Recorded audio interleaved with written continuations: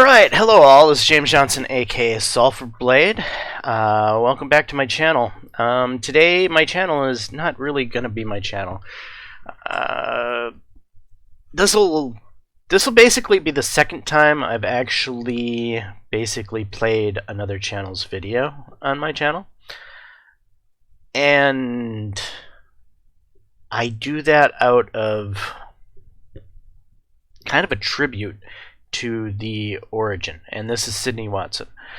Sydney Watson has said everything perfectly. I feel like she's a lost twin out there in the world whose thoughts, feelings, and expressions match mine identically, and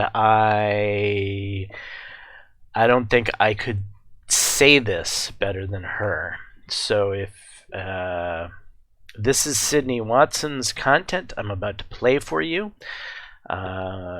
If you've never heard of her or seen her channel, I highly suggest checking out her content. She doesn't put out a lot of content. She seems to do like 1 or 2 videos a month, but when she does do those videos, they are very high quality. Anyway, here we go. Time for a serious chat, because I'm like your mom, but with less yelling. Hi, my name is Sydney. Welcome back to my channel. I honestly don't even know where to start, so let's just do the thing. Simply put, I'm angry. Angrier than I've been maybe ever about all the political noise that goes on around the world. And I'm not just angry. If I'm being totally honest, I'm starting to despise the radical left not only as an ideology, but as people. And it's not somewhere that I ever wanted to be, but I guess here I am and they've pushed me here. I want to touch on that topic specifically. Yes, I concur so much. I don't want to hate people, but I find myself actually hating the bizarre people on the left. If they said the same stuff they said online to my face, I'd probably reach out with my bare hands and rip their throats out of their necks. That's how much I despise these people. They are disgustingly sick. And it's gone from just being an ideology of craziness to millions of people that just need to be beaten with baseball bats. And I don't want to be a person beating with someone with a baseball bat because of their disgusting ideology. It's very bizarre. I am not a violent person. I am not that type of person, but I feel that. I have that rage in my gut. I understand what she's saying. I already hated the media and I already distrusted politicians, but now I've basically hit the wall on anyone forcing any left-wing political viewpoint down my throat. For all intents and purposes, I've had enough. When I first involved myself in politics back in early 2018, I was resentful of the left and their narratives. I found them really annoying, but I thought that we could defeat their ideas with better ideas. And if that failed, then I thought we could march ourselves down to the ballot box and have our say that way. But I don't even know how much trust I have in that process anymore. Because personally, I don't believe that our politicians have our best interests at heart. Indeed, we've, in 2016, elected a Republican. We elected Donald Trump, who's kind of a different type of Republican, right? He's anti-establishment, and which is exactly what we need, mind you. We need to basically get rid of the career politicians who don't seem to have our best interests at heart. Sadly, we had so many career bureaucrats in Washington, in the FBI and everywhere else, and enough resistance in Congress that somehow it feels like the left is still more powerful than the right now, even though we have a Republican president. It still feels like we are being oppressed even when we control the Senate and the presidency, and supposedly we control the Supreme Court. But Justice, the Chief Justice keeps, who's supposed to be a conservative leading justice, keeps voting with the left. It's just bizarre. I don't know how this is possible. I'm not completely going to give up on the voting aspect. I still feel that in 2020, if we can get Trump back in office and we can get the House back in check, that the process of draining the swamp can happen. Because it doesn't feel like the draining of the swamp has really actually happened yet. It feels like the pipes have been put in place and the valve is about ready to be switched on, as Attorney General Barr and these other people are just starting to now point out where the underlying problems in Washington are, but that still doesn't fix the rest of the country. That doesn't fix all the failing cities and states. They don't bother trying to uphold our beliefs and values. The same beliefs and values, mind you, that put them in their positions of power in the first place. They fold at the absolute drop of a hat when they come into contact with the screaming social justice mob. Do you think that the majority of people in Mississippi want their flag changed? No, but we're gonna do it anyway. Do you think that the decent people in Minnesota want their police force disbanded? No, but you're gonna have it anyway. Do you think that the people in Virginia want their guns taken away? No, but you're still gonna be trampled by the politicians that you elected who said that they do the right thing by you. I am tired of it. And I'm exhausted by all of this, and I'm so disheartened when I think about where all of this ends. I'm so disgusted watching people tear down statues and destroy monuments because history happens to be inconvenient.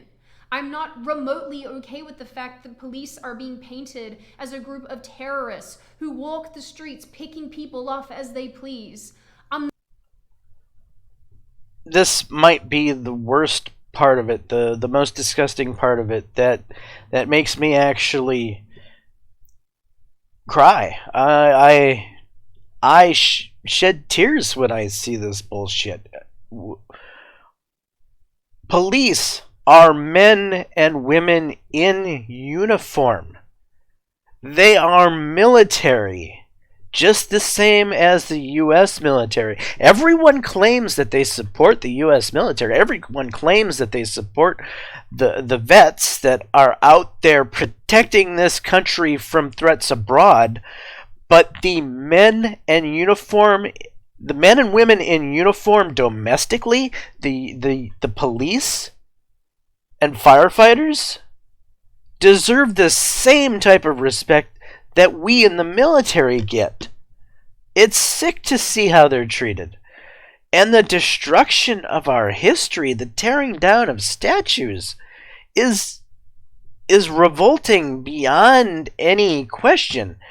You know, tearing down Theodore Roosevelt and Thomas Jefferson, that doesn't even make sense. The defacing of the Lincoln Memorial, none of this makes sense. They even want to try to destroy Mount Rushmore.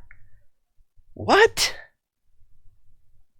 I'm not okay with changing the names of our streets to represent a pseudo-terrorist organization, or letting a group of radicals build their own autonomous zone that we as taxpayers have to fund. And you know what? I'm not okay with the fact that disagreeing with any and all of this bullshit gets us labeled as bigots or racists or xenophobes or whatever. I don't know a better way to put it than to just say that I'm done. I am done with the left. I am done with all of this. How people, particularly those on the right wing, can sit back and watch this happen and not be done is a complete mystery to me. Because being patient and taking the passive high road hasn't worked for us so far. So why on earth would it work going forward? It is patently delusional. And more than that, it is weak and it is gutless. And anyone who tries to pacify the left or ignore what they're doing should be ashamed. Anyone who tries to pacify the lion, hoping that it won't eat them, should be ashamed. It's not normal that a huge portion of the population is scared to express innocuous opinions because they don't want to be berated or attacked or doxxed or fired. That is absolutely batshit insane. It's not normal. It doesn't make sense that people are afraid to share their opinions. But at the same time, if you feel like you're afraid to share your opinion, you need to grow some balls. The silent majority needs to become vocal already. You need to let these people know that they are batshit crazy. Because if they don't receive resistance, they're going to think that we want this bizarre revolution, but we don't. So speak up. If that means getting fired, get fired. It's not worth working for an organization that would fire you over your political views. Go find a better job somewhere else. This is the Trump economy, after all. I'm sure you'll be able to find a job somewhere that isn't going to screw you over because you happen to be a conservative. Screw the left. Make them have to find themselves a left-wing employee who's probably not going to do shit anyway, because a left-wing employee probably would rather receive a welfare check than actually do some honest work. It's not acceptable, and the fact that we let this go on is pathetic. Recently, I moved from DC to Texas. And you want to know what? I am so glad that I did. DC is like every other blue city or state under the sun. It's a complete mess. It taxes you into oblivion. It tramples your rights. It has a huge homelessness problem. It has a huge crime problem. It has no-go zones. It is nowhere to raise a child, and if you have any sense of self-respect or integrity, it's not even a good place to work. It is pure swamp. And much like its blue sister areas across the country, it's somewhere you can't publicly express right-wing or even moderate views because, surprise, surprise, you'll be crucified. This is not normal. I know it's hard for those of you who haven't lived in a liberal city to understand what I'm saying here. And I know that some of you will think that I'm being completely loopy and hyperbolic. But if I hadn't seen all of this firsthand for myself, I would probably agree with you. But that passiveness is part of the problem. Thinking that you yourself are safe, that it doesn't affect you because you're encapsulated by a fading red state that you can't even see is fading. Until you feel unsafe in your own city because your leaders refuse to combat rioting, violence, looting, none of this will seem like a big issue. And don't misunderstand, I can definitely see why some people see it like that. Since I've moved to Texas, I've had conversations with many a local who's told me that they don't think that what's going on in America right now is an immediate threat to their way of life. If anything, they love telling me how there's a bunch of little towns that are super red, and apparently those are more important than the major cities that are getting bluer and bluer by the year. And I have no doubt that that's the case, but I'm sure that other states that were once red had the exact same idea. Because none of this is a big deal, and it's not a problem until it is. If you don't start fighting for your values now, when will you? When will enough be enough? You don't finally deal with termites when the house starts to fall down. You start trying to combat them when they start eating the foundation. So what she says about Texas is... it's true. Texas is no longer solid red. It's becoming... it is a battleground state at this point. And that is because Texas has so many big cities. So Texas is kind of similar in its demographic makeup to the country of Australia. So Australia has like 6 major towns where most of the population lives, and then most of rural Australia is the minority population. Well, in Texas, your rural population is a little more robust than, say, Australia, right? But the big towns are growing at an exponential rate. And the people that are moving into these big towns are not conservative people. It's not like people from the country are moving into the city. It's people from outside of the state coming from like a New York or a Los Angeles because they ruined their economies in these places, so they want to go where there's cities that are not ruined.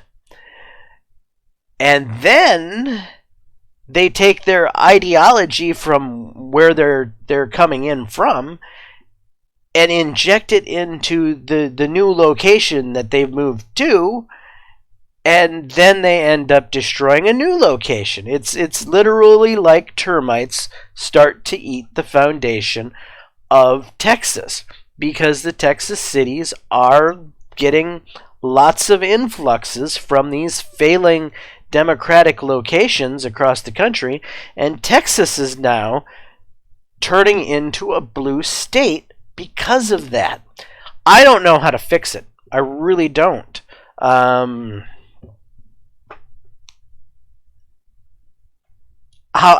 do you take the voice away from the representation away from a person? You can't. So unfortunately, this is kind of like the failed method to our voting situation, right? The Democrats like to complain about how the Electoral College works against them. Well, that same Electoral College situation works against us. And if these Democrats move into these Texas cities and they flip Texas, we're going to really be in a world of hurt, because without Texas, Republican chances for the presidency really decline in a severe way. Why would anyone wait for their state to look like DC, New York, LA, Baltimore before they finally decide to take action? Why would you wait until your mayor is letting weasel people build their own autonomous zones in your city before you finally decide that enough is enough? We're at a point, in my opinion, where the left have a stranglehold on everything. And a lot of people seem to forget that they control the cultural narrative not only here in America, but around the world. They control Hollywood, TV, media, radio, pop culture, the education system. They have their creepy little tendrils in everything, and they're feeding this unfiltered diet of left-wing rhetoric to your children, who will be voting every year from here on in, and that's drastically changing the composition of politics. The media does not present a different viewpoint. It's all left-wing narrative, and they're shaping your views and ideas by giving you no other option. White privilege this, male privilege that, academic flim-flam. That's become normal talking points. The radical left are making it really hard for normal people, including classical liberals, you guys are still normal, don't worry, to coexist, because they're waging war against everything and everyone that they don't like. People are too scared to tell their coworkers that they voted for Trump or that they will vote for Trump, but that they have any conservative viewpoints. The radicals have not only shut down, but obliterated any and all forms of intelligent, rational discussion and debate. A lot of us have sat pretty for a really long time, thinking that if we do nothing, then all of this will just blow over. But it's not blowing over. All we've done is step out of the way so that the radical... So, I've done something similar. I've repeatedly said to my friends in TeamSpeak and other chat channels that it's not really going to affect me, because I'm going to be dead and gone by the time this crap happens. Well, boy, was I wrong. I'm still on this planet. I'm still here. I never in a million years would have expected this craziness to happen in my lifetime. So there you go. Same concept. I had a different idea. I thought I'd be dead by the time this crap happened. Radical left can pave the path for us. And it's not even a path that any of us want to traverse, but we have no one else to blame but ourselves. And I'm sorry, but that can't go on anymore. Not if we actually intend to preserve our value systems. There really needs to be a shift in psyche of moderates and people on the right. People need to start actually standing up for themselves and being vocal about their viewpoints. I'm not over here suggesting that you should be using the same tactics as the left and be as destructive and gross as the left, but stand up for yourselves. Because I, for one, am really tired of being dictated to by absolute lunatics. I know that some of you are going to listen to this and think that I have gone totally off the deep end. And no, Sydney, you have not gone off the deep end. You're saying everything perfectly, exactly the way most of us feel. And you are a brilliant spokesperson for us. And as for what she had just commented there as well, if you feel this way, you need to not be silent. The being silent is being complicit. I think, who was it that said that a few days ago? I think Louder with Crowder. He said something along the lines of being silent is being complicit. And Tim Pool took issue with that. He's like, no, you can be silent. Da, da, da, da, da. No, I disagree. We need to stop being silent because we are being complicit in the dismantling of the United States by being silent. It's time to stand up and to say something. And that I have absolutely lost it, and I'm being hyperbolic, and none of this really is actually that big of a deal. But look around. Look at the news.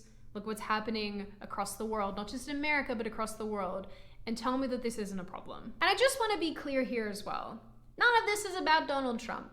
It doesn't matter if you like him. It doesn't even matter if you agree with him. This solely comes down to a battle of who wants liberty and who wants authoritarianism, who can have a discussion and who can't. Who wants a cohesive, happy society, and who wants to separate us into groups based on race, sex, and random arbitrary characteristics. At least from my perspective, this is about ideology and this is about freedom. In the end, speak up. Being fired from your job for having a particular political viewpoint is completely disgusting, but if Democrats get their way and they reorganize society in the way that they want to, you probably won't have a job anyway. Even if you're a Democrat who does not share these psycho-progressive viewpoints, speak up, because if the radical Democrats get into positions of power and authority, they're going to run this country into the ground. People seem to think, for whatever reason, that if they acquiesce to the radical left, they'll be satisfied. And so there's the big thing, right? If the radical Democrats get into power, and they are so close to that happening, there's so many people in this country that seem to think that Joe Biden is this moderate centrist Democrat, which he may have been. But wake up. He is not all there. He is basically a shell of a man. He is literally an elderly person suffering from dementia, and who is really going to be running the country? It'll be the vice president. It'll be his handlers, the people that got him into the office in the first place. Bernie Sanders is one of those handlers. Kamala Harris is the front runner for vice president. She's one of those people. She is not a moderate Democrat. Bernie Sanders most certainly isn't a moderate Democrat. It is not going to be moderate handlers handling Joe Biden. It is going to be that extreme fringe left that she's talking about. So if Biden wins, we are that close to going from being a capitalist society to going full Venezuela. and we see how bad things are in Venezuela, you don't want that. They'll go away. But that's not the case. The more ground that you give them, the more that they keep pushing and pushing and pushing until their ideas become mainstream, until their ideas become the societal norm. And once that happens, once psychotic, progressive legislation becomes law, America will cease to be what it is today. That is not hyperbolic. We have seen this happen the world over for literally centuries. In my opinion, if you don't start fighting for what matters to you, then I'm not even sure that you deserve to live in a free society. Many of you who've been part of this community for the last 2 years will know that I try really hard to find a rational, reasonable perspective on most issues that I discuss. And when it comes to this specific She does. She goes out of her way to try to inject humor into it. She has another version of Sydney that she has a conversation with. That's a left-wing Sydney, and it's very comical and enjoyable to watch, even from that entertainment aspect of it. And this is definitely a much more somber and intense tone than her normal types of videos. one, I am so tired. And I'm so concerned about not just America, but the way that Australia is heading. God, Australia breaks my heart. And the thing that I think more than anything is that the more that we give up. So Australia breaks her heart because she has an Australian parent and an American parent. She has lived in Australia for the majority of her life. She's moved here to the U.S. recently, and if you could tell by her accent is that she has an Australian tinge to her accent, but it's not full Australian. It's a very unique accent, and that is the reason for it. So she has this Australian U.S. Kind of dual citizenship type situation where she's lived and resided in both countries. Territory, and the more that we acquiesce to the radical left, there just won't be anything left fighting for in the end. So go vote in November, for example. Start speaking up. Tell your employer to go and get nicked when they try to make you do inclusion training. Start standing up for yourself and stop being a doormat for the radical left. Take a stand. Because honestly, enough is enough. And if nothing else, we should be fighting for our values. So that is all from me, beautiful people, and I will be seeing you in the next video. Time for... Alright, so yeah, I think Sydney said everything perfectly. I don't see any need to lengthen out this video any longer than it needs to be, because you could go watch her video and cut out all of my ramblings if you want to, and that would be a lot less of your time and probably get the same information. Anyway, I'm James Johnson, aka Sulfur Blade. This is my content. Hopefully you're enjoying it. If so, please leave a like and subscribe, and until next time, all, peace.